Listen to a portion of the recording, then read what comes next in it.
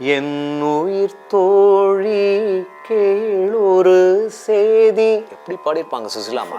இப்போ இதை டீட்டெயில்டாக நியூவன்சஸை சொன்னாத, இதனுடைய நுணுக்கங்களை சொன்னாத நீங்கள் இன்னும் ரசிப்பீங்க. இப்போ பாருங்கள் எப்படி படிப்படியாக ஒரு கீர்த்தனை ரேஞ்சுக்கு, பரிமள ரங்கநாதம் ரேஞ்சுக்கு கம்போஸ் பண்ணி அதை இசையமைத்திருக்காங்க பாரு.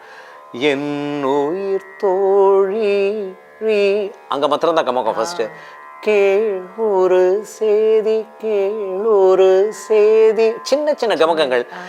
இது தானோ உங்கள் மன்னவன் நீதி.